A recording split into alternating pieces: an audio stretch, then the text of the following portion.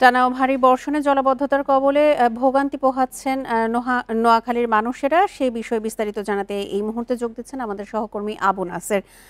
আবু নাসের, বৃষ্টির কারণে যেসব এলাকায় এখনো জলাবদ্ধতা রয়েছে সেখানকার দুর্ভোগের সবশেষ চিত্র আপনি জানাবেন। আর এই জলাবদ্ধতা নিরসনে পাউবো থেকে কোনো ব্যবস্থা কি নেওয়া হয়েছে?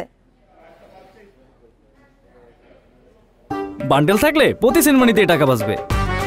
বিকাশ সেনমানি বান্ডেল কিনে জিতুন প্রতি লেনদেনে।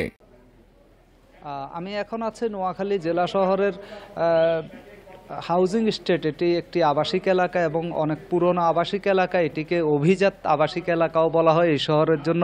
একটু দেখাই যদি, এখানে প্রত্যেকটি বাসাবাড়ির সামনে এবং শিক্ষা প্রতিষ্ঠানের সামনে পানি রয়েছে এবং এত পানি যে মানুষের ঘর থেকে বের হওয়ার কোনো উপায় নেই। শিক্ষা প্রতিষ্ঠানগুলো বন্ধ হয়ে আছে, এখানে পাঠদান বন্ধ করে দেওয়া হয়েছে এবং শুধু যে বাসাবাড়ির ভেতরে বা বাসাবাড়ির সামনে পানি তা নয়, এই যে চলাচলের জন্য যে সড়কগুলো রয়েছে এই সড়কগুলোও কিন্তু পানির নিচে নিমজ্জিত হয়ে আছে।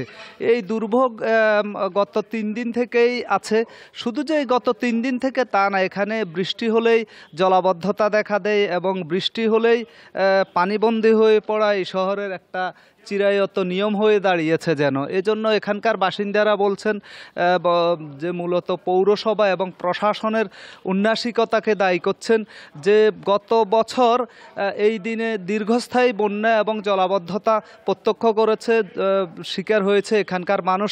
এরপর আশা করেছিল যে অন্তত পক্ষে ড্রেনগুলোকে সচল করা হবে, খালগুলো যেগুলো দখল হয়ে আছে সেগুলো দখলমুক্ত করে পরিষ্কার পরিচ্ছন্ন করা হবে যেন পানি প্রবাহ স্বাভাবিক হয়। কিন্তু বাস্তবতা হচ্ছে যে পরিমাণ মানুষ আশা করেছে সে পরিমাণ আসলে কার্যক্রম প্রশাসন কিংবা পৌরসভা চালায়নি বলে স্থানীয় বাসিন্দাদের অভিযোগ। এই কারণে আসলে যেই দুর্ভোগ আগে ছিল সেই দুর্ভোগ এখনও রয়ে গেছে।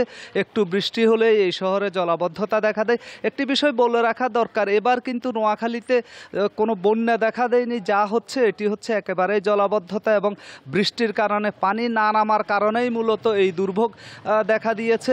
তো এই দুর্ভোগ থেকে বাঁচার জন্য স্থানীয় বাসিন্দাদের দাবি হচ্ছে, প্রস্তাবনা হচ্ছে যে দ্রুততার সাথে যদি যতগুলো ড্রেন রয়েছে ড্রেনগুলোকে যদি পরিষ্কার করা হয় এবং প্রশস্ত করা হয়, পাশাপাশি যেই খালগুলো রয়েছে খালগুলোর পাশে আমার ক্যামেরায় হয়তোবা এসছে, এই যে খালের পাশে দেখা যাচ্ছে যে ময়লার স্তূপ হয়ে আছে, ময়লার ভাগাড় হয়ে আছে, পানি প্রবাহে কিন্তু বাধা সৃষ্টি করছে। এই ময়লাগুলো, এই আবর্জনার স্তূপগুলো বাধা তৈরি করছে।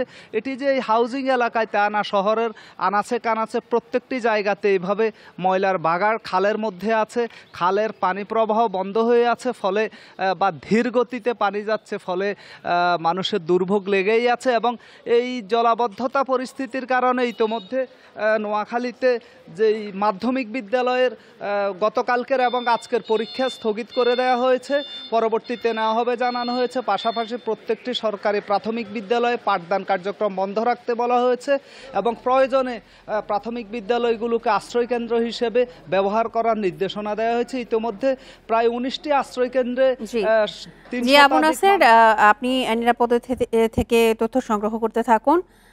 ভারী বর্ষণে জলাবদ্ধতার সবশেষ তথ্য নিয়ে জানাচ্ছিলেন আমাদের সহকর্মী আবু নাসের।